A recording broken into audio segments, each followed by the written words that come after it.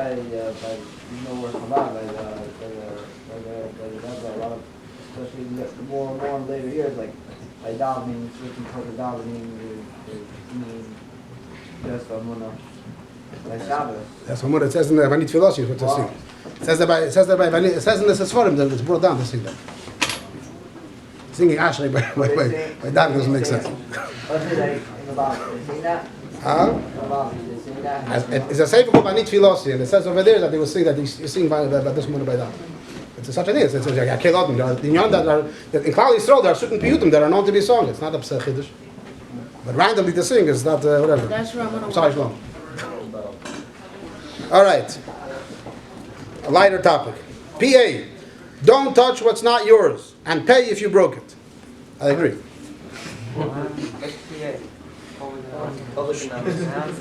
Find my kids a booklet, please give it back. Put that in. I'm not doing that. You. Can Bachrim go to a Trump rally in order to do Mivtzoy? Who said it's too late? Who knows what's going on? There might be another one. It'll be a Trump demonstration, not a rally. No, Bachrim should not be going to Trump rallies to do Mivtzoy, and Bachrim should be sitting and learning the whole time. The Bachrim is ready to pay Nazman. At the time when he needs to do time for Mivtzoy, and he has an opportunity to do the Mivtzoy, then yes. But Al-Khatchila, Bachrim should be sitting and learning the entire time and say it. Friday, then yes. Then no. Huh? Either way, if it's Friday, then yes. It's Friday afternoon, and you're going up with time, then yeah, then it will make sense. Either way, not going to learn. Then he should go get himself, get him a shpia, and maybe start working on himself. Meant to be on Friday. Huh? Who made with time on Friday? He just asked that question. They get stuff from a shpia and stop wasting time. It's not the question. The question is ideally the right thing. A Baruch is not doing it anyway. So then there's a lot of questions. What could he be doing? That's not the question. Time on Friday, like what was the... Because that was the time that there was a break over. So in your personal time, the Rebbe said, give up for your own time and do mitzvah. It's a story the Rebbe said. The time for Afatzas Hayadis is Friday after Chatzos. The Rebbe used that expression. Why doesn't the trampoline need a makkah? I don't know that not. A makkah means a border around your fence. I don't know that a trampoline is not a fakerta. According to halacha, I would suggest that a trampoline needs a makkah. The last Rabbi Zurkin will probably say that you're not allowed to have a trampoline in the first place. But he claims that Rabbi Zurkin says that skiing is also al pi halacha. Because skiing is putting yourself in danger. And I would say that trampolines are just as close. Yeah, America, right? Trampolines can hurt you, right? So b'meila, and without a makkah, it's even more dangerous. So I would assume that according to, most trampolines today you can buy them and have a kind of net around it. That's a papashas you're supposed to do that. And l'havdil, even according to the law, if you want to get insurance for your house, so one of the questions I ask you for insurance in your house is if you have a trampoline. I don't have a trampoline in my house because for insurance it's going to cost me more. You can write whatever you want, obviously, but one of the reasons is if you have a trampoline, then the insurance is going to charge you more because they know that al pi teva there's going to be more accidents in your household. So it's a clear michshel and a tashis when there's a net. It's a lot less problem. So what's with the farm there? What? Front porch, whatever you want to call it. The ledge over there? Yeah. It's not really a place where you're supposed to meant to hang out, but maybe yeah. But I don't know if it's above the bush is less than 10 tefachim. If you fall onto the bush, it's going to be won't be. Hello, you just put cement in the back there. Man, if you'll stand and fall flat on your face, it'll also hurt. Yeah. Hello, you just put cement over there. You just put cement in the back over there. You put cement in the corner. Added a piece of that. Stop.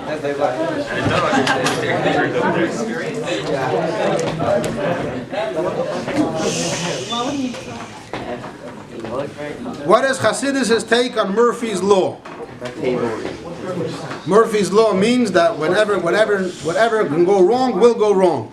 The classical example is if you have bread and butter and it'll always fall on the side with the butter, so everything gets even more dirty. Hasidus' take is that that's not true. That particular example, some people say that it's true because the gravity of the side of the butter is heavier, so that pulls it to that side, if that's true. But the ideal of Murphy's Law... That toe. What if you have an ingrown toenail and you always stub that toe? So that can be explained psychologically, because you're always whatever you're extra careful about, that ends up being the worst situation. The people that are the most afraid of corona, they get the corona being there can be the first ones, right? Happened in all places like that. So b'chalifin, but Chassidus' take is no. Whatever could go wrong does not go wrong. The Eibusher fears the Welt, and if the Eibusher wants things to work out good, they'll work out good. If not, not. Bacher wrote a question I can't read. I'll read the first few words. I have, if you have something, the end something, you and mim, you private. What's the answer? What's the answer? What's your favorite flavorizer? I can't read it, so. How can I do, what can I do to build a deep and strong ratzin for Mashiach? So there's two answers to this Bacher's question. Question number one is that whatever you really have a deep and strong ratzin for, you want Mashiach. Whatever you want, whether it's the biggest taiva, the biggest aveda, or the biggest good thing. When Mashiach comes, you're going to have the best of everything. When Mashiach comes, you're going to have whatever you want in the best possible way. You're going to have the biggest tanugim. So Mamela, you already have a deep and strong ratzon for Mashiach. Just you call your deep and strong ratzon something else. But really, whatever you want when Mashiach comes, you'll have even better. So that's answer. So in other words, answer number one is just to switch your understanding to realize that when Mashiach comes, it'll be good, and Mamela, you want it. And answer number two, in other words, is to learn Inyani Gula Mashiach. When you learn about Inyani of Gula Mashiach, so that develops in you a strong ratzon for Mashiach. I want to call Rabbi again. Should I do one more, or do you want to talk now? Huh? No, Bachman. One more. More than one more. More the better. Why are we Hasidic people grown up in a way that we are awkward around girls? So there's a shorter answer and a longer answer. For a longer answer, I actually have a book in my house from Manis Friedman that addresses this question, and he has a whole arichas about it. So if you really want the longer answer, you come to me, I'll give you the book to read. The short answer is that since we grow up in a tzniistic way, and we're separated from a younger age, so therefore, it's natural that when you meet girls, which you're not used to talking to girls, you're awkward. It's a very normal thing, and in the past, it was normal also by the Goyishe Welt. In the past, the Goyishe schools were also separate, and by them also it was an awkward kind of, when boys and girls got together. It's just whatever when you grow up without it, which is the healthy way to grow up, and that's more arichas in that book. The healthy way is to grow up without having talking to girls, and it helps for many inyanim as well, and that's why when eventually you meet a girl, it's uncomfortable. And if you're not awkward, then it's a problem. Correct, and that's in that book. He explains a lot more about it.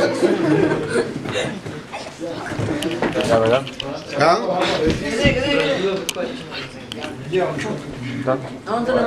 more awkward in general.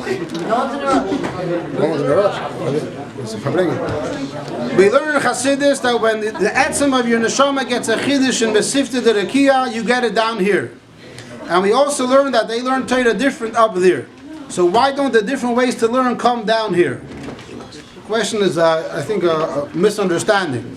But I'm not sure exactly what Beholifin. In Mesifta de Rekia, your neshama learns Torah differently. And when you're mechadash a chiddush down here, your neshama lamayla benefits from it. And there are inyanim that your neshama lamayla sends messages to down here, but you don't get it the same kind of way. So the Bacher seems to be asking that when Mesifta de Rekia, your neshama is learning Torah in a spiritual kind of way, why does that not come down to you? The answer is because most of what your neshama senses or feels in Mesifta de Rekia is beyond you, and it's not sharp for you to relate to that. It gives you messages in different kinds of ways. Sometimes there's a baskel. The neshama, Rabbi mentioned today, a baskel. Not Rabbi Shimon, sorry. Who said Eilan Abis Mel Torah? Zil said it. Eilan Abis Mel Torah. The neshama hears a baskel, but a bacher doesn't necessarily. Your neshama in your guf doesn't hear that baskel kipshutai. You don't even hear the teichen. You hear epis seiders to learn more.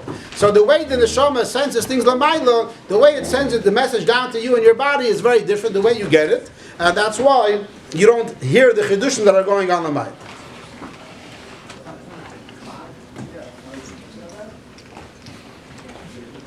What's his beinenus? Is it shaykh to bochrim? If you don't do it, are you missing something in Avodas Hashem? So we'll answer the second two questions first because they're easier. Yes, it is shaykh to bochrim, and if you don't do it, yes, you are missing something in Avodas Hashem. Now the harder question: what is his beinenus?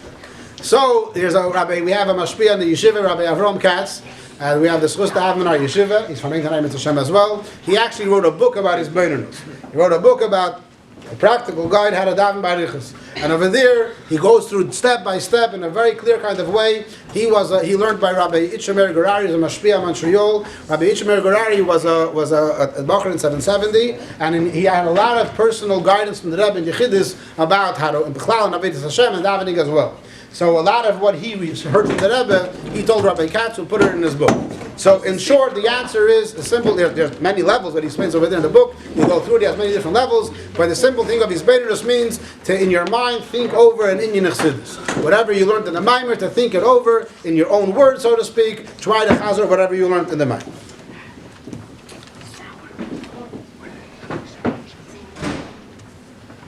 Okay, so this is going to be a very, very long. It's not going to be shaykh. So, Rabbi Ben Shimon. Hayom Yom.